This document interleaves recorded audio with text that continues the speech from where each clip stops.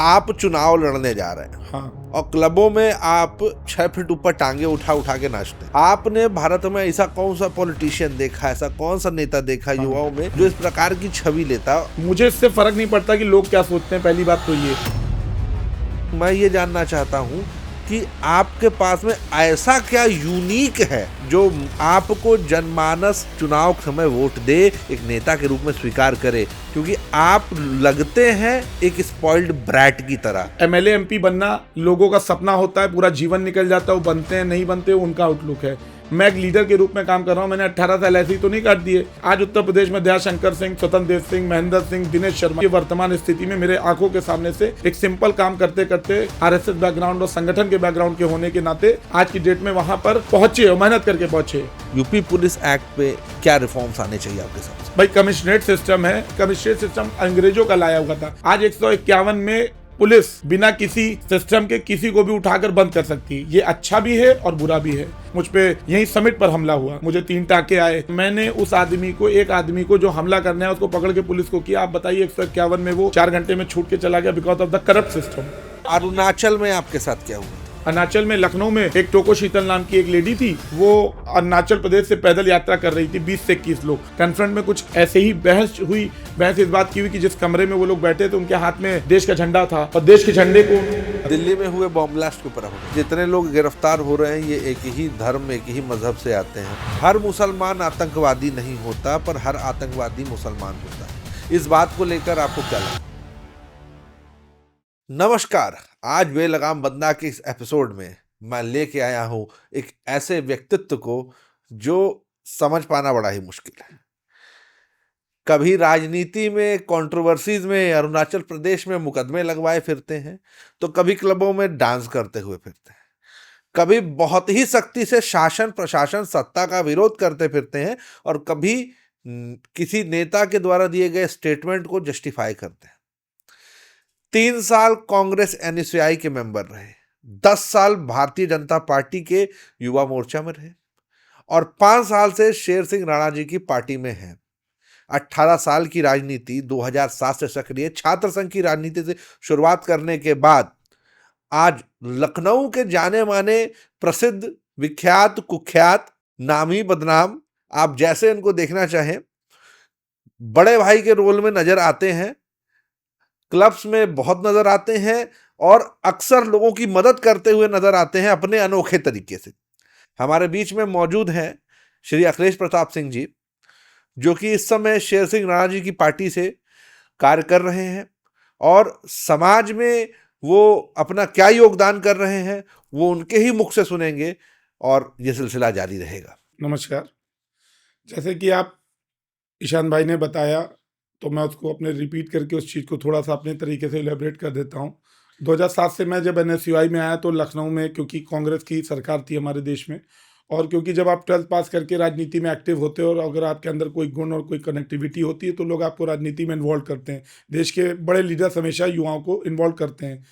उसके एग्जाम्पल्स हम आपको आगे की तरीके से देते रहेंगे। मैं अपना संक्षिप्त परिचय अपने तरीके से बता दूं। 2007 में एनएसयूआई में 3 साल काम करने के बाद मैं वरुण मेनका गांधी जी की टीम से टकराया, और वरुण गांधी के साथ मैंने बीजेपी में एंट्री ली वाइल कांग्रेस छोड़ के, और वरुण जी के साथ जुड़कर उनके लिए काम प्रतिनिधि के रूप में करते करते भारतीय जनता पार्टी में 2013 में प्रदेश की युवा मोर्चा की टीम में आया। क्षत्रिय महासभा के प्रदेश अध्यक्ष के रूप में युवा के काम किया। प्रदेश महामंत्री मोदी सेना के रूप में काम किया 2014 में। फिर 2013-14 में स्वतंत्र देव सिंह जी, जो इस समय उत्तर प्रदेश सरकार के जल शक्ति मिनिस्टर हैं और इससे पहले पूर्व में प्रदेश अध्यक्ष रहे हैं और परिवहन मंत्री रहे हैं, उनके साथ मुझे 2013 से अभी तक जुड़कर काम करने का मौका मिला। अभी तक बोलने का मतलब ये है कि भाई उत्तर प्रदेश सरकार है, मैं यहीं लखनऊ राजधानी में रहता हूँ, तो हमारे वो गुरु के रूप में रहे हैं, वरुण जी बड़े भाई के रूप में रहे हैं, क्योंकि जिस हिसाब से एज बढ़ती जाती है आप अपनी राजनीतिक स्ट्रैटेजी बदलती जाती है। वर्तमान स्थिति में मैं शेर सिंह राणा जी की पार्टी में राष्ट्रीय सह संयोजक के रूप में, हमारी पार्टी का नाम है राष्ट्रवादी जनलोक पार्टी सत्य, 2020 में रजिस्टर्ड होकर उत्तर प्रदेश, उत्तराखंड, बिहार, हरियाणा, इन 4 राज्यों में बहुत मजबूती से सक्रिय है और चुनाव भी लड़ चुकी है। जैसे कि हरियाणा में चौटाला जी के साथ गठबंधन में लोकसभा और विधानसभा भी लड़ी है। अभय चौटाला जी को बाई इलेक्शन में जिताया गया है। तो जब भी कोई राजनीतिक पार्टी बनती है तो उसका अपना एक मिशन होता है और उसका अपना एक विचारधारा होता है, क्योंकि हमने आपने अपनी युवा अवस्था में आम आदमी पार्टी को अपने आंखों के सामने देखा है, या तो मैंने खुद राणा जी को देखा है। राणा जी के बारे में बता दूं कि राणा जी वो व्यक्ति हैं जो पृथ्वीराज चौहान की हस्तियां भारत देश लेके आए। एक तो उनकी ये पहचान है, दूसरा उनको फूलन देवी जो मेंबर ऑफ पार्लियामेंट थी समाजवादी पार्टी से, 2001 में उनके असैसिनेशन में उनको उसमें जेल जाना पड़ा। 13.5 साल तिहाड़ जेल में वो रहे, 2.5 साल फरार रहे। 2001 में गए, 4 में फरार हुए, 6 में फिर गिरफ्तार हुए और 16 में बाहर निकले बेल पे दिल्ली हाई कोर्ट से। और उसके बाद उन्होंने 2020 में पार्टी बनाई। और पार्टी का जो जिसे कहते हैं कि मुख्य धारा है, जैसे मैं अखिलेश प्रताप सिंह लिखता हूँ, एक क्षत्रिय राजपूत होने के नाते, जो हम अभी तक बचपन से महाभारत पुराण और ये सब सनातन धर्म में पढ़ते चले आ रहे कि एक क्षत्रिय धर्म क्या होता है, कि क्षत्रिय धर्म ये होता है कि सभी जातियों का मान सम्मान करना, उनकी रक्षा सुरक्षा करना। मैं उस कॉन्सेप्ट को ही बचपन से दिमाग में अंदर डाल के सोशल वर्क में काम कर रहा हूँ। फिर आपके, क्योंकि आपकी इंट्रोडक्शन में ही कई प्रश्न थे कि जैसे कि मैं कहीं ना कहीं क्लबों में देखा जाता हूँ, तो मैं क्लबों पे सीधे इसलिए आता हूँ क्योंकि ये वर्तमान में एक बहुत हॉट टॉपिक है। देखिए, देश का संविधान हमें, आप देखेंगे हर राज्य में, बिहार और गुजरात में दारू बैन है, और हमारे उत्तर प्रदेश जैसा जो सबसे बड़ा राज्य है, वहाँ से सबसे ज़्यादा रेवेन्यू जनरेशन लिकर से हो रहा है। यहाँ तक कि योगी सरकार ने इसको 10 बजे की जगह 11 बजे तक का बेचने तक का लाइसेंस करके रखा था। जिन क्लबों की आप बात कर रहे हैं, वहाँ कौन लोग आते हैं? हमारे आपके ही जान पहचान मित्र यार आते हैं, वो कोई गलत जगह तो है नहीं। अगर गलत जगह है तो फिर लिकर का लाइसेंस देना, फूड का लाइसेंस देना, इन सब चीज़ों को करके क्लब कई करोड़ में खुलता है। और मैं बताऊं आपको कि समिट बिल्डिंग, भारत का सबसे बड़ा प्रदेश क्या है? उत्तर प्रदेश। उसकी राजधानी क्या है? लखनऊ। उसकी हार्ट ऑफ द जगह कौन सी? विभूतिगंज थाना। और उसके अंदर सबसे इंपॉर्टेंट जगह कह सकते हैं कि पास ही में लखनऊ हाई कोर्ट है। एशिया का सबसे बड़ा हाई कोर्ट विभूतिखंड में है। सारे सरकार सचिवालय को छोड़ दीजिए तो सारे इंपॉर्टेंट ऑफिसेस और चीज़ें हमारी विभूतिखंड में है। तो सबसे सेंसिटिव जगह कह लीजिए और सबसे इंपॉर्टेंट, इंदिरा गांधी प्रतिष्ठान में आए दिन गवर्नर और मुख्यमंत्री आते रहते हैं। और यहाँ पर समिट जैसी बिल्डिंग है, और कभी 12-13 क्लब हुआ करते थे, अभी घट के 5-6 पे आ गए हैं। लेकिन अगर आप विभूतिखंड में देखेंगे तो 10 से 12 क्लब हैं, जिनके बारे में जिक्र करना अभी कोई बहुत उचित नहीं, किसी का नाम लेना, प्रमोशन डिमोशन का कोई मतलब नहीं है। उन क्लबों को लाइसेंस हमारी उत्तर प्रदेश सरकार देती है। वहाँ जो युवा आते हैं वो 10-12 जिले के, सुल्तानपुर, गोंडा, बहराइच, सीतापुर, उन्नाव, रायबरेली, यहाँ तक कि इलाहाबाद, गोरखपुर और इधर आपके संत कबीर नगर से, मतलब कुल मिला के 20-25 जिले के लोग, अब पश्चिम उत्तर प्रदेश के तो नहीं कहूँगा, जो नोएडा एनसीआर से आते हैं वो भी यहीं आते हैं। मंदिर और मस्जिद से ज़्यादा मधुशाले में भीड़ है। और आप राजनीति की बात देश के लोग कर, तो कल ही मैंने हनी सिंह के कॉन्सर्ट किया। हमारे पास बहुत सारे लोग फ़ोन आए, क्योंकि क्लबों में मैं रेगुलर रहता हूँ। भाई, आप लखनऊ में आप जनेश्वर मिश्र में 1.5-2 घंटे घूमते हैं, आप जाते हैं क्या बोलते हैं, लोहिया में घूमते हैं।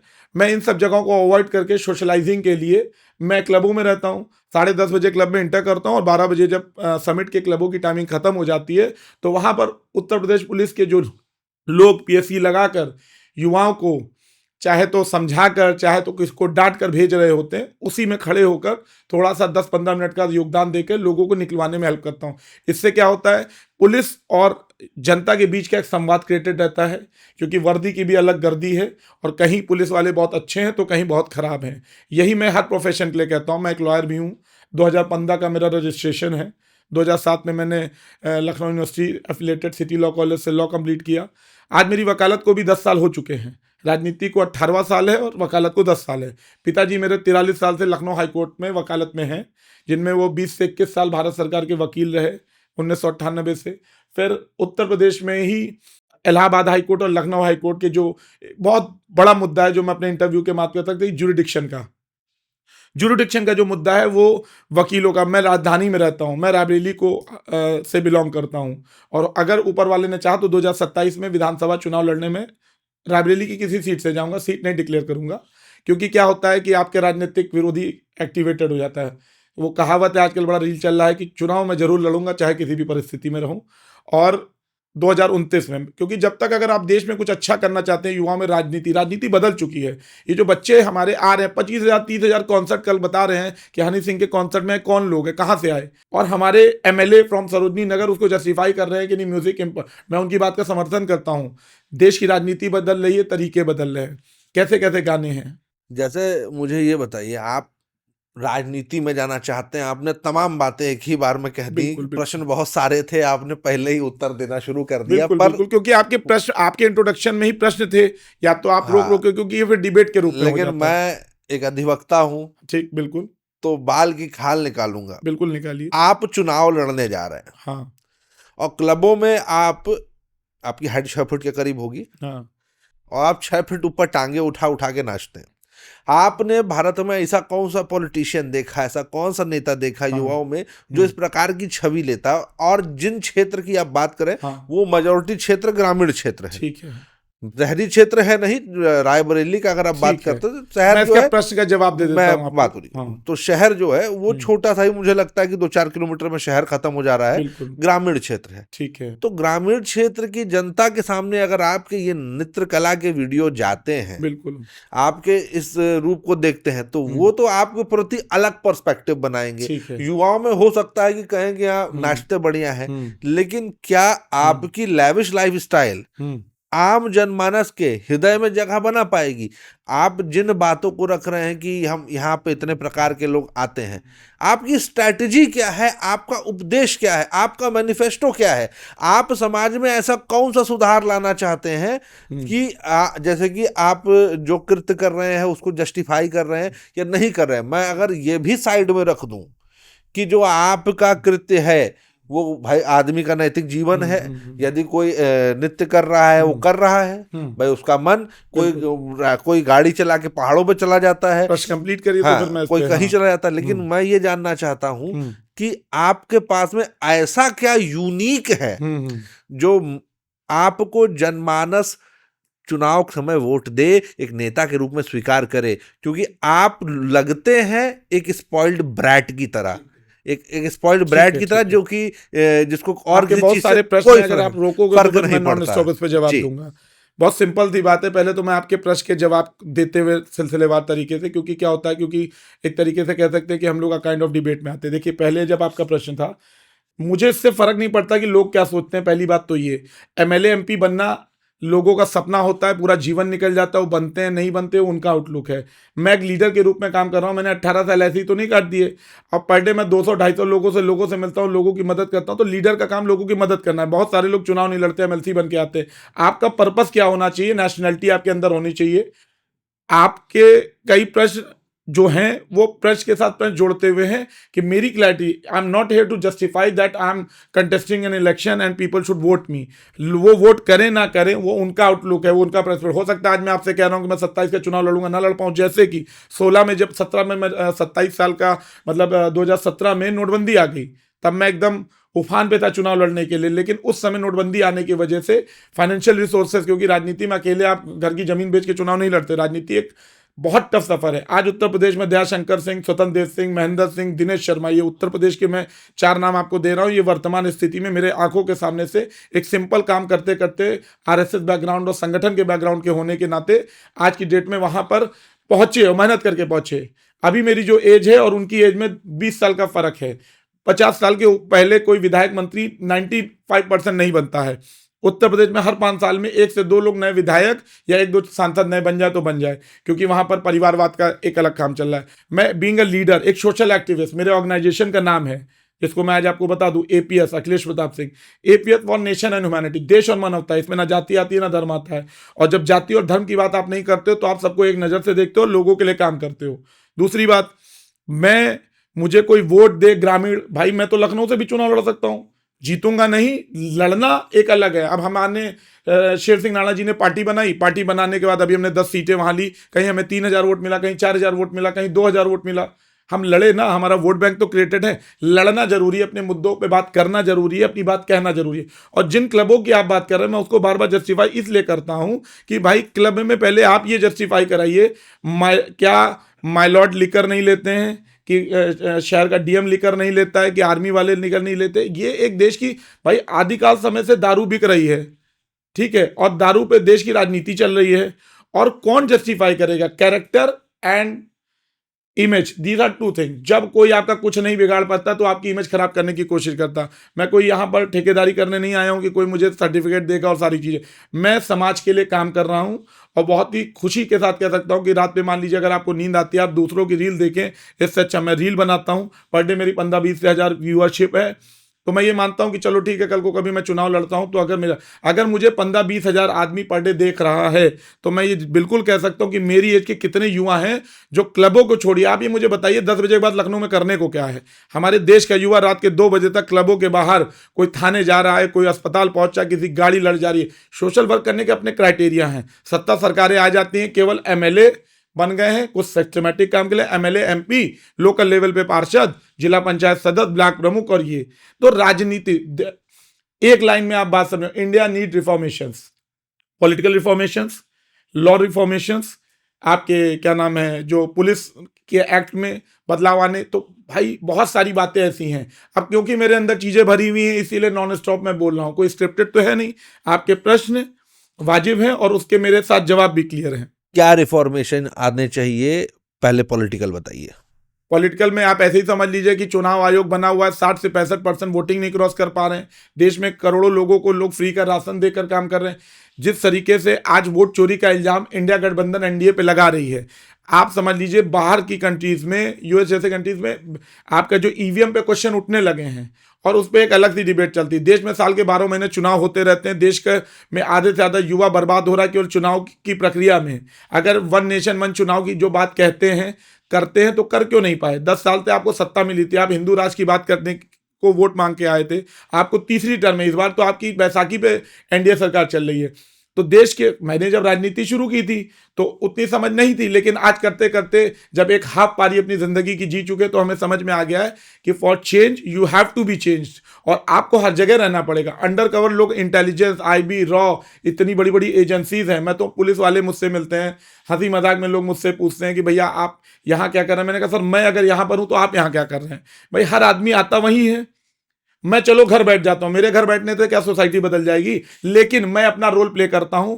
हमारे आपके जैसे भाई हजारों लोग आते हैं, उनकी एंट्री में पैसा लगता है, कुछ लोगों की एंट्री फ्री करवा देते हैं, उसमें उनका सुकून है। हर आदमी पैसा बचाने निकला है, किसी को अपने बिल में डिस्काउंट चाहिए कहीं। फिर वहीं पर महिलाओं को 90% लोग, 70% लोग जिनकी सोच बदलने की जरूरत है, जो लड़कियों को एक गलत नजर से देखने का काम करते हैं, भाई उनके पास अपना खुद का मोबाइल है, उस पर वो क्या करते हैं क्या नहीं करते हैं। लेकिन क्लबों के अंदर जो लोग आ रहे हैं वो सारे लोग गलत नहीं होते हैं। गलत लोग कहीं भी हो सकते हैं, उनके लिए क्लब कोई क्राइटेरिया नहीं है। दारू तो ठेके पे मिल रही, लोग गाड़ियों में बैठकर पी रहे हैं, क्लब में म्यूजिक चल रहा है। म्यूजिक और दारू को मिक्स करने की जरूरत नहीं। मतलब आप बर्थडे पार्टी में नाचिए तो ठीक, दोस्त के साथ नाचिए, शादी में तो बहुत बढ़िया, लेकिन अगर आप क्लब में जाके नाचते हैं तो आप बुरे। कैसे?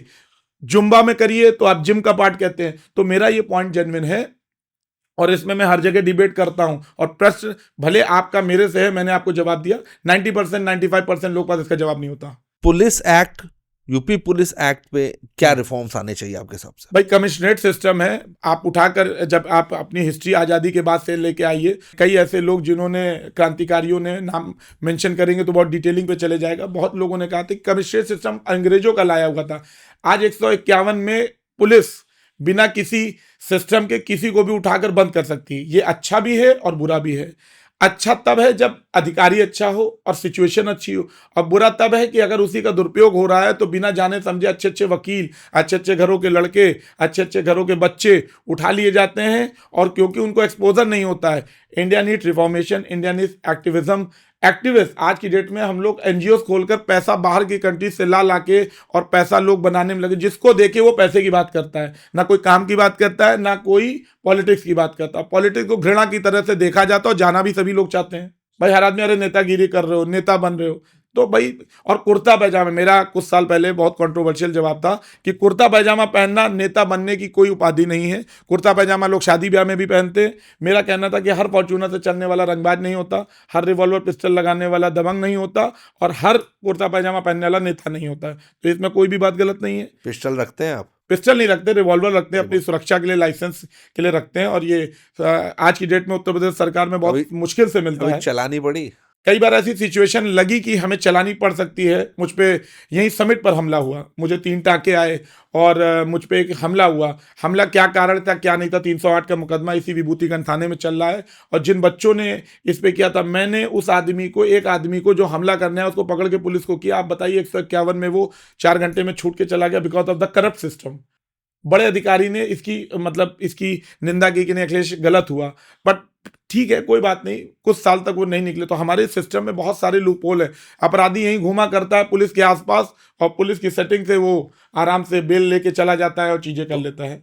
बेसिकली आप ये मानते हैं कि जो अनरेस्ट क्रिएट होता है हाँ। वो पुलिस की नाकामयाबी है। भाई बहुत बड़ा रोल होता है। अगर हर आदमी अपनी ड्यूटी, मैं अपनी ड्यूटी निभा रहा हूँ, मुझे अपने राइट्स पता है, तो मुझे अपनी ड्यूटीज भी पता होनी चाहिए। क्या सिविक्स में आप केवल राइट्स की बात करते हैं, हमारे आर्टिकल की बात करते हैं, हमने Fundamental डिबेट में rights की बात फंडामेंटल राइट्स की बात करते हैं, हमें fundamental freedom of duties। Speech है। अरे भैया ड्यूटीज भी हैं उसमें। ड्यूटी क्या है कि अगर आप रोड से जा रहे हैं तो कहीं कोई गंदगी है तो आप गंदगी ना फैलाइए, ये सिविक सेंस होता है। कितने लोग पढ़े? India needs more and more education. Education पे इतना पैसा खर्च भी हो रहा है, एजुकेशन माफियाज बन चुके हैं, उस पर कोई खुलकर बात नहीं कर पा रहा है, नहीं तो बुलडोजर चल जाते हैं। What about the social reforms? Social reform में मैंने आपको बताया ना कि मैक्सिमम जो एनजीओ, आपने देखा कि सरकार ने एनजीओ पे बैन किया। एनजीओ खोली क्यों जाती हैं? मतलब कि सेटिंग करके पैसा कमाने के लिए। हमें कहते हैं कि आप फाउंडेशन बनाइए, पैसा उसमें क्रिएट करिए और लोगों की मदद करिए। सोशल एक्टिविस्ट कितने हैं लखनऊ में? हैं, जब तक आप बजरंग दल का नाम सुन रहे हैं, सारे हिंदुइज्म से रिलेटेड संगठन खुले हैं, या क्षत्रिय समाज में, हमारे समाज में भी क्षत्रिय महासभाएं बहुत सारी खुली हुई हैं। लेकिन ये बता दो कि क्षत्रिय का असली धर्म क्या है? क्या केवल क्षत्रियों को जोड़ना ही उसका असली धर्म है? नहीं, क्षत्रियों का असली धर्म है सभी जाति की रक्षा, सुरक्षा, सम्मान करना। SC ST हम पे लगाया जाता है, ट्राइबल एक्ट हम पे लगाया जाता है। आपस में जातिगत, मुख्यमंत्री योगी जी हैं, तो क्या योगी जी ने कोई स्पेशल भर्ती निकाली है क्या ठाकुरों की उत्तर प्रदेश के अंदर? बिल्कुल नहीं। लेकिन हाँ, ठाकुर साहब की सरकार है, बदनामी सबको लेनी पड़ती है। तो ये जो हमारे कास्टिज्म सिस्टम पे है, हिंदू मुस्लिम लड़ रहा है, अगड़ा पिछड़ा लड़ रहा है, तो गरीब अमीर से लड़ रहा है, अमीर गरीब से लड़ रहा है। तो देश की बहुत सारी प्रॉब्लम्स है और आज़ाद ठीक से हम अभी हुए नहीं हैं। इसको मानना पड़ेगा आपको कि आज़ादी के बाद होता है ना कि जैसे बैच मिल गया कि आज़ाद हो गए, आज़ाद हो गए, लेकिन अभी भी लूप होल्स हैं और अभी भी बहुत सारी दिक्कतें हमारे देश में हैं। अच्छा, आपकी कोई गलत आदत, सिगरेट, शराब, कुछ? भैया देखिए, मैं तो भी honest नहीं नहीं नहीं, इसमें ऑनेस्ट वाली क्या बात है? मैं कहूंगा कि भाई मैं नहीं पीता हूं तो भी लोग कहेंगे मैं पीता हूं। बात समझिए। तो ये एक पर्सनल चीज है, इस पे मैं, और मैं जब एक डिबेट में बैठा हूं तो मैंने आपसे बताया कि इसको मैं किस बात की, अब कल को कोई हमारी क्या बोलते हैं, कोई वीडियो निकाल के ले आया गिलास में, ऐसा कई बार हुआ, तो मैंने उनके लिए भी कहा कि मैं रेडबुल भी पीता हूं तो हो जाता हूं बदनाम, लोग बोतल पी जाते हैं, चर्चा नहीं होती। तो इसका राजनीति से कोई लेना देना नहीं है। आज की स्मार्ट पॉलिटिक्स को आप समझिए। आपका पर्पस क्या है पॉलिटिक्स करने का? पॉलिटिक्स का मतलब राजनीति, अपनी नीतियों पर राज। मैं अपनी नीति पे राज कर रहा हूं। मेरा मन करता है मैं क्लब जाता हूं, मेरा मन करता है मैं डांस करता हूं। लोग 30 सेकंड की वीडियो देखते हैं, लेकिन मैं पर डे 250-300 लोगों से हाथ मिलाता हूं, गले मिलता हूं, सोशलाइजिंग करता हूं। गांव में रहता तो गांव की चौपालों में जाता, शहर में रहता हूं तो यहां पर रहता हूं। और फ्राइडे टू संडे जहां पूरा शहर 4 बजे तक जग रहा है, हुक्का पार्लरों में घंटे बैठकर दूसरों की बुराई कर रहा है, लेकिन सोशल रिस्पॉन्सिबिलिटीज हमारे देश का युवा नहीं समझ रहा है। केवल राइट्स की बात करता है पुलिस से, राइट्स की बात करता है पब्लिक में, लेकिन उसकी खुद की ड्यूटी क्या है कि महिलाओं का सम्मान करना, उन्हें अच्छी नज़र से देखना, उनके साथ गलत ना करना, उनकी जिंदगियां ना बर्बाद करना। जो बातें मैं आपसे कर रहा हूं, एक खतरनाक तरीके से मैं अपनी बात को बेबाकी से रख रहा हूं। मैं चाहता हूं कि ये बात चाहे काट के चाहे पीट के लोगों तक पहुंचे और उनको समझना चाहिए कि आपकी ड्यूटी क्या है समाज के प्रति। आपके पसंदीदार सत्ता पक्ष के नेता कौन है, पसंदीदार विरोधी पक्ष के नेता कौन है, और नीति के मामले में सबसे बेहतरीन नेता आपको कौन से लगते हैं? देखिए, ये प्योर पॉलिटिकल क्वेश्चन है और इस पे मैं किसी का नाम इसलिए नहीं लेना चाहूंगा क्योंकि कोई भी व्यक्ति जहां पर भी है वर्तमान स्थिति में, वो किसी ना किसी तरीके से आया। भाई लीडरशिप पर नहीं, भागना कहाँ हुआ? मैं आपको जवाब दे रहा हूँ, लीडरशिप पर। भाई मैं किसी को अच्छा बुरा कैसे कह सकता हूँ? देश में प्रधानमंत्री है, आपके पसंदीदा भाई मेरे है ही नहीं ना, तभी तो मुंह से नहीं निकला कोई। भाई जब होंगे तो मैं कैसे मान लूं? मुझे जिस दिन लगेगा कि मैं आर्मी छोड़ के किसी से इंस्पायर्ड नहीं होता हूं। आर्मी के एक जवान की वर्दी देखकर, उसको देखकर मैं इंस्पायर्ड हो सकता हूं, एक आम आदमी से इंस्पायर्ड हो सकता हूं। हिसाब से सबसे घटिया सत्ता पक्ष के नेता कौन है, विरोधी पक्ष का सबसे घटिया नेता मैं भाई कौन इसमें इस क्वेश्चन से भागने की जरूरत नहीं, मैं इसमें भी नहीं पढ़ना चाहता। कारण क्या है कि मैं किसी का नाम लेके उसकी चर्चा क्यों करूं? मैं सीधे देश की बात करता हूं। आप देश से रिलेटेड कोई बात करिए, आप मुद्दों पे बात करिए, मैं बात करूंगा। किसी भी नेता को मैं अच्छा और बुरा नहीं मानता। लोग परिस्थिति और सिचुएशन के हिसाब से अच्छे और बुरे बन जाते हैं। दिल्ली में हुए बॉम्ब ब्लास्ट के ऊपर आपका क्या कहना है? इसको ये जांच का विषय है। केंद्र में सरकार किसकी है? बीजेपी की है। मैं उसी बीजेपी में 10 साल रहा हूं। मैं फिर वही कहूंगा कि संवैधानिक अधिकार है हमारे। हम नहीं होते किसी पार्टी के, एक आम आदमी होते, तो मैं क्या कर रहा हूं? दिल्ली में ब्लास्ट हुए और स्लीपर सेल्स की तरह जो पिक्चरों में आप देख रहे हैं, इस पे आपको गहन चिंतन करना पड़ेगा आपकी जांच एजेंसियों को कि क्यों इस तरीके की घटनाएं ऐसे समय पे हो रही जब चुनाव हो रहा है और देश और केंद्र दोनों डबल इंजन सरकार आपकी है। तो आपको और मजबूती से इस पे काम करना चाहिए। ये प्रश्न उत्तर का समय देश नहीं है। में जब चुनाव में भाजपा हारने की परिस्थिति में आती है तो कभी कोई टेररिस्ट अटैक, कभी कोई बॉम्ब ब्लास्ट हो जाता है, ऐसा लोग कह रहे थे सोशल लोग कहते मीडिया हैं तो पे। मैं उस पर यही कहना चाहता हूं कि जो ये लोग आपका क्या हैं, कहना है? मेरा कहना है जो ये लोग हैं कहाँ हैं? इसी भारत के हैं ना। इसी भारत देश में ही तो बम ब्लास्ट हो रहा है। यहीं के लोग तो पाए जा रहे हैं, यहीं के लोग तो गिरफ्तार हो रहे हैं AK-47 और ग्रेनाइट और बम और RDX के साथ। तो ये जांच एजेंसियों की विफलता है, सरकार कोई भी हो। ये जितने लोग गिरफ्तार हो रहे हैं ये एक ही धर्म, एक ही मजहब से आते हैं। इस भैया देखिए, धर्म और मजहब की बात करेंगे तो आप सीधे सीधे बात कर रहे हो, तो मैं डायरेक्टली मुस्लिम समाज की जब आप बात करते हैं, क्योंकि नॉर्मल सी बात है। इसीलिए संविधान में और कॉन्स्टिट्यूशन में कहीं ये नहीं लिखा है कि आतंकवाद का कोई जातीय धर्म है। बट क्योंकि हमारे देश में हिंदू मुस्लिम इतना ज्यादा है, लोग खुलकर इस पे बात करते हैं। जब आदमी पढ़ा लिखा होगा, अच्छी सोच रखेगा, हमारे समाज में मैं एक कहावत कहता हूं, ना तू खराब ना मैं खराब, कुछ तेरी तरफ खराब कुछ मेरी तरफ खराब। हमारे हिंदू मुस्लिम की प्रॉब्लम यह है कि मुसलमान हिंदू को गरियाने में लगे, हिंदू मुसलमान को गरियाने में लगे, दोनों ही गलत कर रहे हैं। बट क्या है कि इसका कोई मापदंड नहीं है, इसके लिए कोई खुलकर बात नहीं करना चाहता है। मैंने अपने अंदर बहुत कुछ दबा कर रखा है और जब जब मौका मिलेगा इसको बेबाकी से पब्लिक के बीच में रखूंगा। हर मुसलमान आतंकवादी नहीं होता, पर हर आतंकवादी मुसलमान होता है। इस बात को लेकर आपको क्या लगता है? भैया इस पे बहुत ही सिंपल और बहुत प्लेन जवाब है, जिसको मैंने आपसे कहा कि जैसे मैं राजपूत समाज से आता हूं, तो अगर हमारे राजपूत समाज का कोई भाई गलत कर रहा है तो मेरी जिम्मेदारी है कि अपने समाज के लोगों को समझा। वैसे ही मैं अच्छे मुसलमान भाइयों से जो देश में है, फिर मैं कहता हूं, मैं किसी का नाम नहीं लेना चाहता, उन्हें चाहिए कि जो हमारे मुसलमान भाइयों को चाहिए कि जो मुसलमान भाई भटक रहे हैं, जिनके मन के अंदर गलत देश के प्रति गलत चीजें हैं, उनको उनकी सुधारने की जरूरत है। हम कहेंगे तो हिंदू मुस्लिम होगा, लेकिन वो खुद अपने समाज को सुधारें। और पढ़ा लिखा मुसलमान हमारे देश में IPS बन रहा है, IAS बन रहा है, विधायक बन रहा है, मंत्री बन रहा है, हर राज्यों में है, सांसद हैं। तो उन्हें चाहिए कि अपने समाज के लोगों को ज्यादा से ज्यादा डेवलप कराएं। आप रायबरेली से विधायक बनना चाहते हैं? मैं विधायक बनना चाहता हूं रायबरेली। आप लखनऊ बोलो, मैं लखनऊ से बन जाऊं, लेकिन लखनऊ से अभी पॉसिबल नहीं है। युवाओं को भारतीय जनता पार्टी जैसी पार्टी, क्या कोई पार्टी जल्दी टिकट नहीं देती।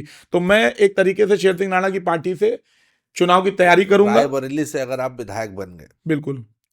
तो विधायक बनने के बाद सबसे पहला काम क्या करेंगे आप? सबसे पहली बात तो विधायक बनने के बाद आपको जनता के वहीं के काम करने होते हैं। विधायक का काम अपनी क्षेत्र की जनता के सभी मूलभूत समस्याओं को दूर करना। और अगर आपको मौका मिलता सत्ता में विपक्ष के रूप में या फिर सत्ता में किसी मंत्री के रूप में या नहीं मिलता है, तो आपका काम तो पब्लिक के लिए काम करना। विधायक बनकर आप एक विधानसभा के लोगों की मदद कर सकते हैं, बट लीडर बनकर एट अ लार्ज आप पूरे देश में अपनी बात को फैला सकते हैं। तो मैं एज अ लीडर अपने जीवन में जब तक जीवित रहूंगा, अपनी लीडरशिप क्वालिटी को अपने तरीकों से समाज के लिए काम क्या करता है आपके तरीके?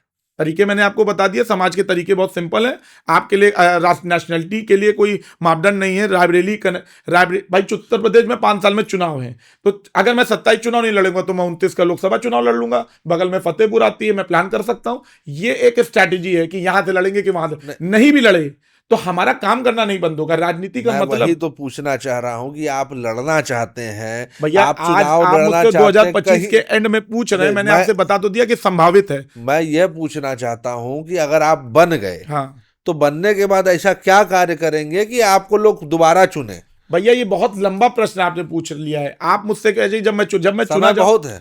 नहीं, समय बहुत है तो ठीक है, लेकिन मेरे बात के जवाब को तो आप समझिए। मैंने कहा मैं चुनाव लड़ना चाहता हूं, मेरी मजबूरी है चुनाव लड़ना। अगर मैं चुनाव नहीं लड़ूंगा, अगर मैं मजबूत नहीं रहूंगा, तो मैं एट लार्ज काम नहीं कर पाऊंगा। अभी संसाधन मेरे कम है। विधायक बनने के बाद मेरी ताकत बढ़ेगी। जब ताकत बढ़ेगी तो मेरी आवाज बढ़ेगी। जब आवाज बढ़ेगी तो ज्यादा लोगों तक पहुंचेगी। जब ज्यादा लोगों तक पहुंचेगी तो वो स्टेट से लेकर नेशनल लेवल पर जाएगी। तो विधायक बनना एक प्रोसीजर है। आप बिना विधानसभा विधान परिषद में पहुंचे बहुत सी चीजों को नहीं करा सकते, इसलिए पावर में आना जरूरी है। और जब एक अच्छा व्यक्ति, चाहे मैं हूं, चाहे आप हो, चाहे समाज का कोई व्यक्ति वहां पहुंचता है, तो एक व्यक्ति, आज अकेले योगी उत्तर प्रदेश में, पूरे देश में क्यों चर्चा का विषय है? क्योंकि उन्होंने अपने नियम और कानून से समझौता नहीं किया। एक भगवा पहनकर और अपने सर के सारे बाल को मुड़ाकर और सनातन धर्म का प्रचार करते हुए, मठ को रिप्रेजेंट करते हुए, हिंदूवादी नेता की छवि बनाते हुए अपने आप को दूसरी बार मुख्यमंत्री बना लिया। और देश में लोग उनको प्रधानमंत्री के रूप में भी देखना चाहते हैं। वो देख पाएंगे कि नहीं पाएंगे, ये समाज बताएगा, ये समय बताएगा। आप मेरे प्रश्न को समझ नहीं पाए। मान लीजिए कि मैं विधायक बनता, हाँ तो एक क्षेत्र की जनता की जो मुख्य डिमांड्स होती हैं हाँ वो होती है शिक्षा, हाँ संरक्षण, हाँ। रोजगार। भैया मैं आपके प्रश्न तो को समझ ये गया। चीजें आप किस प्रकार से, ऐसी क्या योजना है अरे आपकी? आप तो मुझसे विधानसभा के चुनाव क्या के प्रश्न आप, पूछ रहे हैं, मैंने क्या आपसे क्या मैं कहा? ये अरे पूछना चाहता, छोड़िए, मैं अभी डिसाइड कर लेता हूँ, मैं चुनाव ही नहीं लड़ूंगा। क्या आप आप प्रश्न, रायबरेली में क्लब्स खोलेंगे? एक मिनट, आप क्लब के पीछे अगर पड़े हैं तो क्लब मैं नहीं खोलता हूँ, सरकार खोलती है, क्यों क्या खोलूंगा मैं आप रायबरेली में? सरकार में जाने अरे के जब बाद क्लब रायबरेली का बच्चा खोलेंगे? लखनऊ में आके बिल्कुल खुले हैं, हर जिले में चले जाइए, क्लब खुलने लगे हैं। आप क्लब की बात करते हैं, आप हुक्का बात, प्रश्न प्रश्न। आप युवाओं को इंस्पायर क्या करना चाहते हैं? फिर वही बात, अरे मेरे आप भाई गले में, देखिए, आप मेरी, आप गले हाँ, में तमाम मालाएं डाले हुए हैं। भाई ये आपकी तो मेरा अपना सब, अपीयरेंस, एक मिनट, आपने भी दाढ़ी आपकी बढ़ा रखी है। आपकी अपीयरेंस जो है वो हाँ एकदम डैशिंग, एक हीरो टाइप की है। बिल्कुल, क्या बुरा और है? आपने एकदम लुक भी थोड़ा सा मॉडर्न, मैं कहता हूँ एकदम क्या बुरा है भाई? फंकी टाइप का रखा है। देश की राजनीतिक आप पार्टियां, युवाओं को क्या भाई मैं इंस्पिरेशन जवाब देना दे, चाहते हैं? लोग आपको भैया देखते देखिए, हैं। मेरे देने से कुछ नहीं होगा, मैं पावर में रहूंगा तो लोगों को रहना पड़ेगा। कल राजेश्वर सिंह एमएलए बनकर, ईडी से निकलकर आज सत्ता सरकार में एमएलए बने, और उन्होंने इतना बड़ा हनी सिंह का कॉन्सर्ट बनाया, बहुत से लोगों ने उनका राजेश्वर विरोध सिंह किया। तो अपने घर में रोल्स रॉयस खड़ी करके रखे हैं, भाई ठीक है, जी वैगन खड़ी करके रखे हैं, ठीक है, वो उनका अपना वो पर्सनल। पर्दे में देखिए उनके यहाँ आपका रहती प्रश्न, है। देखिए आपका प्रश्न के बाद मेरा उत्तर, उसका आपके जवाब पास है। कौन सी गाड़ी है? मेरे पास सिंपल स्कॉर्पियो है, मैंने अपने 2015 में खरीदी थी, 8-10 साल हो गया अभी मैं राजनीति में तो चुनाव आप कर। राजेश्वर सिंह जो है वो एक आईएएस बैकग्राउंड से आते हैं, हाँ और ईडी से रिटायर हुए हैं। उनकी हाँ, वाइफ भी इस समय मेरे ख्याल से एक आईएएस है, वो आईपीएस है। आईपीएस है। हाँ, लक्ष्मी और सिंह, काफी मजबूत, आर्थिक तौर पे मजबूत है, बिल्कुल मजबूत बहुत है। नेटवर्क है गवर्नमेंट के अंदर भी, हाँ, सिस्टम में भी। हम्म।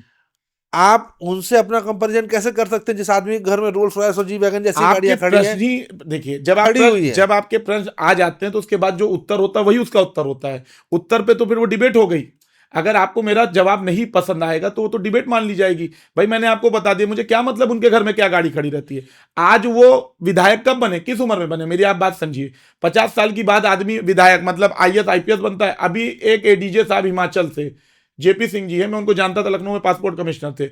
उनके ऊपर लोगों ने लिखा कि चुनाव लड़ने गए थे वीआरएस लेके, 2 साल उनकी जॉब को बचा था, लेकिन उनके अंदर राजनीतिक इच्छा आई और वो गए, 4.5-5 हजार वोट पाके चुनाव हार गए। तो क्या वो समाज के लिए काम करने के लिए तो गए? वो भी तो एमएलए बनने गए थे। आपका जो प्रश्न है भाई, मेरा कोई कंपैरिजन नहीं, मैं जितनी बेबाकी से आपका प्रश्न है उसी बेबाकी से मेरा आंसर मैं है। तो ये समझना चाह रहा हूं कि आप सिर्फ मुद्दे बता रहे हैं, मुद्दे का उपचार नहीं अरे बता मेरे रहे भाई, हैं। मैं कैसे उपचार अकेले बता दूंगा? उपचार जब तो आप अच्छा, चुनाव देश, लड़ना चाहते हैं, हाँ जब आप कह रहे हैं कि मैं कहीं से भी चुनाव देखिए, लड़ूंगा, हाँ, मैं यहाँ पे ये समस्याओं के लिए है, ये समस्याएं हैं, तो उन भैया, समस्याओं का उपचार भी अरे आपके मेरे पास भाई, होगा। अगर आप समस्या देख रहे हैं, आपको मर्ज भी पता होगा, तो हाँ, आप मर्ज बताने से क्यों कतरा मैं रहे हैं? प्रदेश का मुख्यमंत्री तो हूं नहीं, और ना अभी मैं एमएलए हुआ हूं, तो मैं ऐसे प्रश्न का जवाब के हंसी का पात्र पब्लिक में बनाने वाला, देखिए आपके प्रश्न सारे जेन्युइन है। जब मैं जीतूंगा तब मैं उसका जवाब दूंगा, जब मैं सिस्टम में आऊंगा तब तक मैंने बताया, सोशल वर्क से अच्छा कुछ नहीं, लोगों की मदद करना। सोशल वर्क में क्या करते हैं आप ऐसा? भाई आप एक डिबेट में कैसे कंफ्यूज, भाई मैं क्या करता हूं, मैंने अच्छा, आपको बता दिया, मैं बहुत आपने तरीके के लोगों कितने की मदद बच्चों करता का हूं। एजुकेशन कराया है? आप एजुकेशन के पीछे पड़े हो तो आपने एजुकेशन कितनी किसने किया? बहनों की मैं शादी लोगों कराई है? सुनिए, यही चुनाव, यही देश की राजनीति का मूल्य नहीं है कि नहीं? आपने कितने निर्दोष लोगों को बेल कराई है? मैंने बहुत लोगों को कराई है।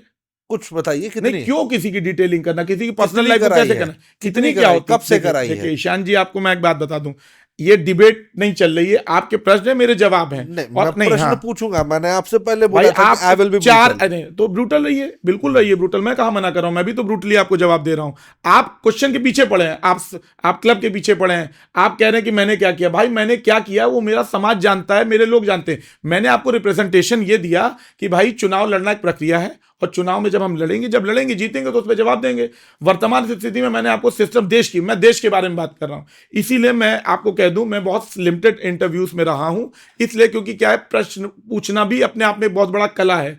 और प्रश्न अगर, अरुणाचल में आपके साथ क्या हुआ था? अरुणाचल में, लखनऊ में एक टोको शीतल नाम की एक लेडी थी, वो लखनऊ में हमारी उनसे टकराहट हुई। वो अरुणाचल प्रदेश से पैदल यात्रा कर रही थी, 20 से 21 लोग, और लखनऊ में बर्लिंगटन के पास एक होटल में रुकी थी। किसी के थ्रू हम उन्हें उस चीज़ों को देख रहे थे, हमारा उनका कन्फ्रंट हुआ। कन्फ्रंट में कुछ ऐसे ही बहस हुई। बहस इस बात की हुई कि जिस कमरे में वो लोग बैठे थे उनके हाथ में देश का झंडा था और देश के झंडे को उन्होंने गलत तरीके से पकड़ा था, कोई गिरा जा रहा था। तो मैंने नाराजगी जताई कि भाई अगर तुम देश का झंडा ठीक से नहीं पकड़ते हो तो तुम अपने किसी संगठन का झंडा लेकर चलो, देश के झंडे के साथ राजनीति मत करो। तो मुझ पर अननेसेसरली एलिगेशन, क्योंकि मैंने उनके आंदोलन को फेल कर दिया। वो पैदल चलने का ड्रामा कर रहे थे और पैदल चलने के बाद अपनी गाड़ियों में बैठकर चले जा रहे थे। वो अरुणाचल सरकार जो पेमा खांडू सरकार, उसको बदनाम कर रहे थे। मेरा उससे कोई लेना देना नहीं था। उन्होंने सोशल मीडिया से मेरी प्रोफाइल निकाली क्योंकि मैं शस्त्र पूजन करता था, मेरी हथियारों के साथ फोटो निकाली, सीएम योगी के साथ, स्वतंत्र देव सिंह के साथ, बीजेपी के अमित शाह के साथ, सारी फोटोज को मर्ज करके मुझको बीजेपी का गैंगस्टर गुंडा बोलकर। तो हमारी लड़ाई 2-3 महीने चली पूरे अरुणाचल प्रदेश में, क्योंकि वो यूपी बिहार के लोगों से चिढ़ते हैं। देश के इतने बड़े बड़े मुद्दे हैं, उस पर कोई डिस्कशन नहीं है। ये दुर्भाग्य है मेरा कि मेरे पास समय और हमारे आपके पास शायद इनसे इंटरव्यू पे समय कम हो और डिस्कशन बहुत ज़्यादा है। लेकिन मैंने इन सब चीज़ों को बहुत सालों की मेहनत से अपने अंदर रखा है कि देश के किसी भी चैनल पर कितनी एफआईआर दर्ज हुई आप पे? मोर देन 50 एफआईआर की तो कॉपी मेरे पास है, अलग अलग स्टेशन पे रिसीव कंप्लेंट्स। कुछ एफआईआर, लखनऊ में भी एक एफआईआर आ गई, 0 एफआईआर है। तो मैं उसको डिस्क्लोज करके अपने विरोधियों को मौका नहीं देना चाहता कि मेरे ऊपर कितने मुकदमे हैं। बट इतना जान लीजिए, आप गूगल पे लिखेंगे अखिलेश प्रताप सिंह अरुणाचल प्रदेश, उसके लिए तो आप सुप्रीम कोर्ट से आराम से रिलीफ ले सकते हैं। ठीक है, वो मैं रिलीफ ले लूंगा। लेकिन मेरी भी अपनी कुछ राजनीतिक जिम्मेदारियां, पारिवारिक जिम्मेदारियां थी। 3 साल आज इस प्रकरण को हो गया, अभी भी मेरे पास अरुणाचल से फोन आते हैं, हजारों नंबरों से मुझे जानते मारने की धमकी, कंप्लेन, सारी चीजें हैं। मेरी इमेज को डिफेम करने, बहुत सारे नुकसान मुझे उन कारणों से हुए। जब आप ऐसी मुद्दों पे लड़ते हो तो अकेले मैंने डिबेट कर करके घंटों, डेली 1-1 घंटे में अरुणाचल के लोगों की बातों का जवाब देता था, लाखों गालियां खाता था लिखित में और रिकॉर्डिंग्स में। सोशल एक्टिविज्म के चलते हाँ, आय नहीं होती, जाय होती है। How do you earn? I earn by my judiciary. हम लोगों के काम कराते हैं, बहुत सारे 10 लोगों के हम काम कराते हैं स्वेच्छा से, फ्री में बहुत सारे काम कराते हैं। तो उसमें भाई जीवन जीने के लिए भी ईमानदारी से आपको कुछ, मेरे नाम पे असला छोड़कर कुछ नहीं है, पहली बात। दूसरी बात, जब आपके पास बहुत सारे संसाधन होते हैं पैसा कमाने के, तो 90% लोग बहुत पैसा पाने के बाद आलसी हो जाते हैं, करप्ट हो जाते हैं, फिर उनकी इच्छाएं जागती हैं, हम यहाँ घूमें, हम वहाँ घूमें, ये करें। ये एक ह्यूज टॉपिक है। मेरे अंदर राष्ट्रीयता है और वो बचपन से थी, मुझे कुछ अलग करने की आदत थी, इसलिए आज भी मैं कर रहा हूँ। क्लब जाना, डांस करना, ये डिफाइन नहीं करता है। और इसी पे ऐड कर देता हूँ कि अभी खेसारी लाल से लेके, मनोज तिवारी से लेके, रवि किशन से लेके, मैथिली ठाकुर से लेके, जो सिंगिंग और डांसिंग और फिल्म इंडस्ट्री में, उनमें से कईयों का नाम नहीं लूंगा जिन्होंने बहुत गलत गलत ऑन रिकॉर्ड गलत सीन्स दिए हैं और वो समाज को क्या पोर्ट्रे करते थे। ऐसा तो मेरा कुछ है नहीं, मैं तो केवल डांस करता हूँ, टांग उठा के अपनी, मैं तो अपनी टांग उठा रहा हूँ ना मेरे भाई, मैं किसी की टांग तो नहीं खींच रहा हूँ। It's an exercise. मैंने लोगों को सेल्फ डिफेंस सिखाया कि भाई ठीक है, डांस करते करते लोगों को मेरे 2-3 स्टेप्स हैं जो बहुत फेमस हो चुके हैं, और ठीक है, वो मेरी एक पर्सनल यूनिकनेस बन चुकी है। आपको चर्चा में बने रहने के लिए कुछ अलग करना चाहिए। मैं मानता हूँ कि डांस एक अलग चर्चा है मेरे लिए। और आप लालू जी को देखिए, लालू जी अपने संसद में भाषण देते थे, चीफ मिनिस्टर रहे, उनकी वाइफ राबड़ी देवी रही, सबके अपना स्टाइल होता है, हमारा भी अपना स्टाइल है। पब्लिक फॉलो कर रही है, पब्लिक कनेक्ट कर रही है, पब्लिक पसंद कर रही है। कुछ लोगों को नहीं पसंद है तो उसका मैं कुछ नहीं कर सकता। तो आपने अपने राजनीतिक जीवन के बारे में बता दिया, आपने अपने सोशल रिफॉर्म्स को लेकर क्या सोच है उसके बारे में बता दिया। आप व्यक्तिगत जीवन में जब घर पे रहते हैं या माता पिता के साथ कितना समय दे पाते हैं? भाई देखिए, जो आदमी राष्ट्रीय, जो आर्मी में, और शादी कब करेंगे? देखिए, ये 2 प्रश्न आपने पूछे हैं, तो क्योंकि पारिवारिक है तो इसमें कोई डिबेट नहीं होनी चाहिए। मेरे प्रश्न जो हूँ उसको आपको एक्सेप्ट करना है। देखिए, परिवार का क्या है, उनके जो बचपन से हमें संस्कार दिए, उसी आधार पे मैं आज इतनी बातें कह पा रहा हूँ, कर पा रहा हूँ, जो हमने बचपन में देखा सीखा। शादी का है तो मैं भी, मेरे मदर का कहना है तो मैंने उनसे कहा कि ठीक है, 1.5 साल बाद चुनाव है, 2027 में हम करेंगे। और अभी ऐसा कोई हमने प्लान नहीं किया, डिसाइड नहीं किया शादी पहला, क्योंकि 1 साल पहले अभी मैंने बहन की शादी की अपनी जिम्मेदारी, तो बीच में कोविड ने कई साल सबके खराब कर दिए देश में। दूसरी बात ये, आपका दूसरा प्रश्न क्या था कि शादी के अलावा आप घर में परिवार को मैं पूरा समय, मैं रात में 10 बजे से, जैसे मेरे फादर सुबह 9-10 बजे हाईकोर्ट चले जाते हैं, 5-6 बजे 7 बजे तक कोर्ट का सारा काम निपटा के शाम को घर आते हैं। तो मेरा क्या है कि वो 10 से 4 हाईकोर्ट की जुडिशरी में समाज का जो एक बड़ा तबका, मतलब 43 साल वकालत के हो गए, हाईकोर्ट में 5 साल उपाध्यक्ष रह चुके हैं, हम लोग बाहर का चुनाव भी लड़ते हैं, अध्यक्ष ही लड़ते हैं, आगे फिर लड़ेंगे। बहुत सी चीजें लड़ने का पर्पस होता है अपनी बात को कहने के लिए। जब तक आप लड़ने के लिए नहीं आओगे मार्केट में तो अपनी बात नहीं कह पाओगे, पहली बात।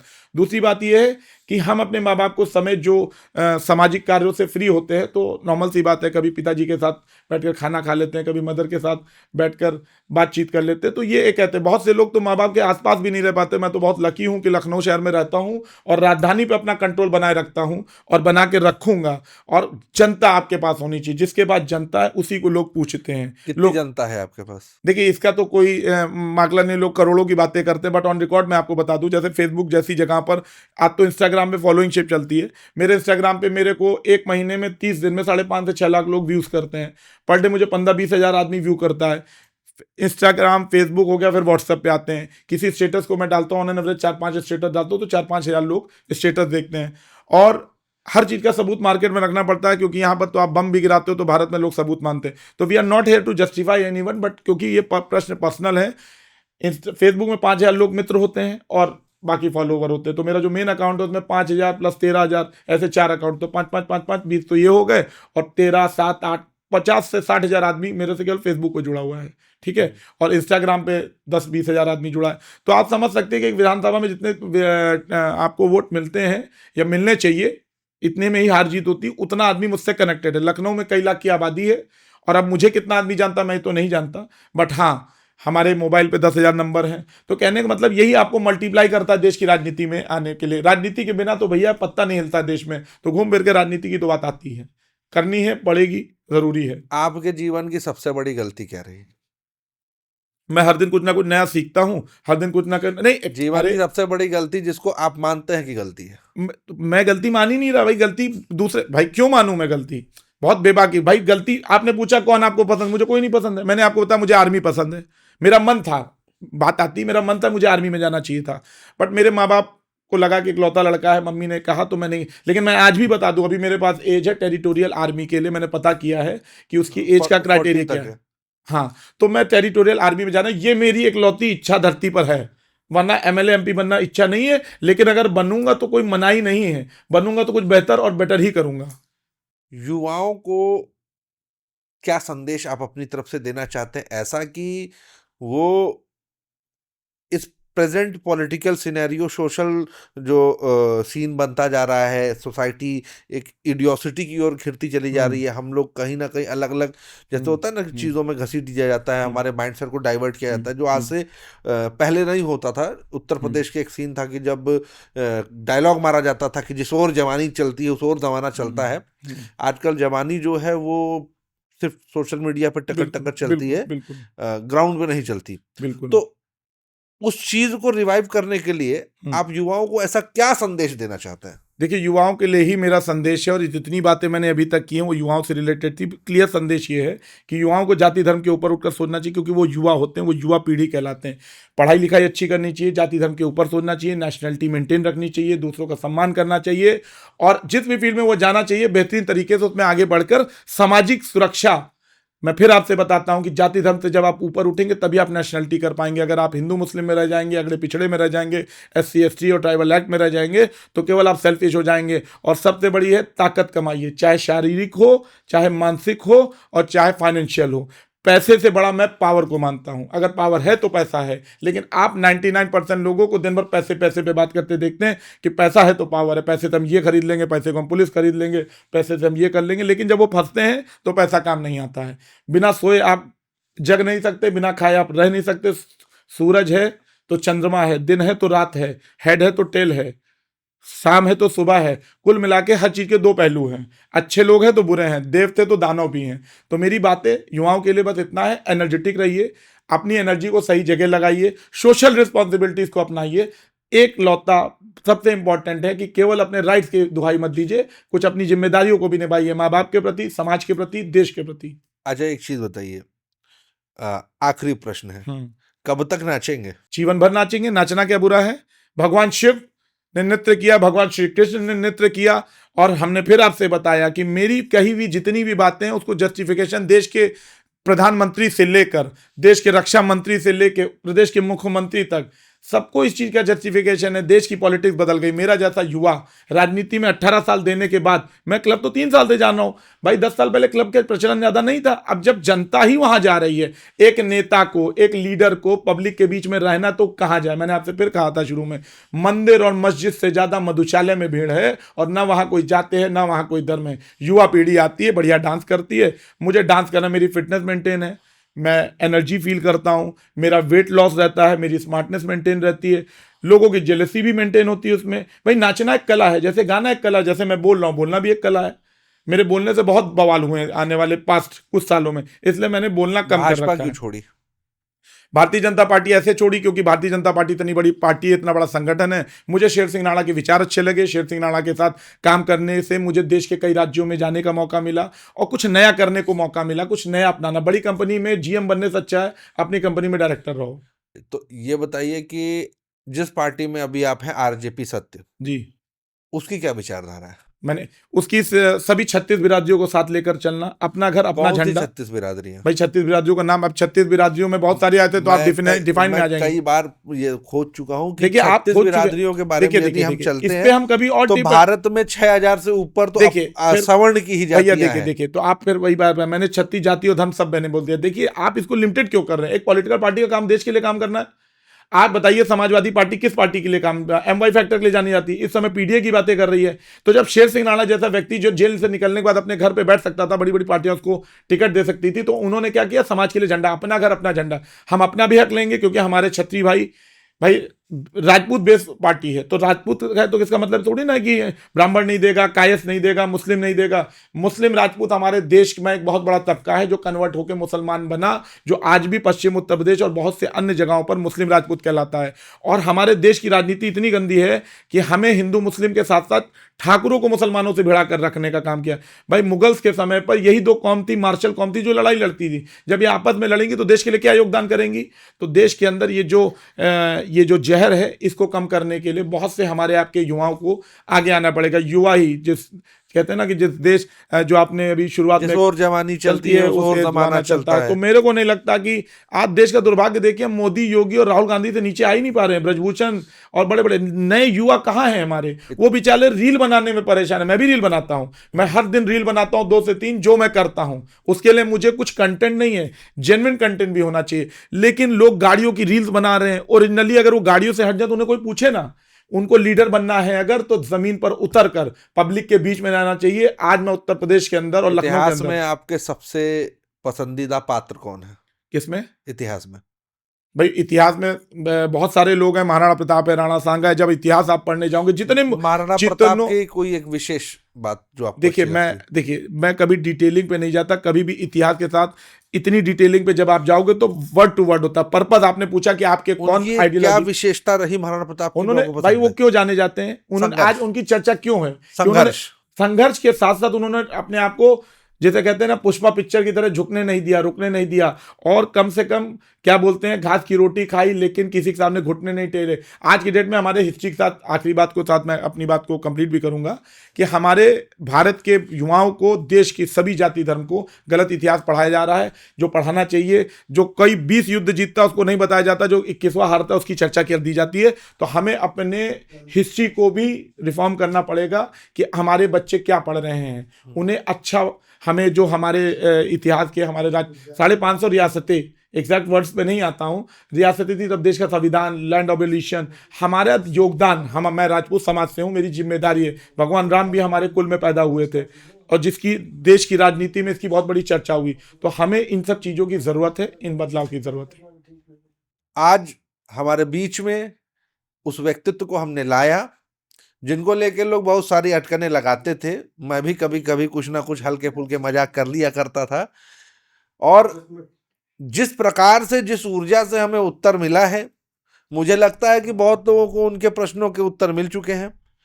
साथ ही राजनीति में एक ऐसा व्यक्ति जो यह तय करता है कि मैं पुराने तरीकों से नहीं चलूंगा, मैं चली आ रही परंपराओं से नहीं चलूंगा, मैं अपने नए मापदंड सेट करूंगा।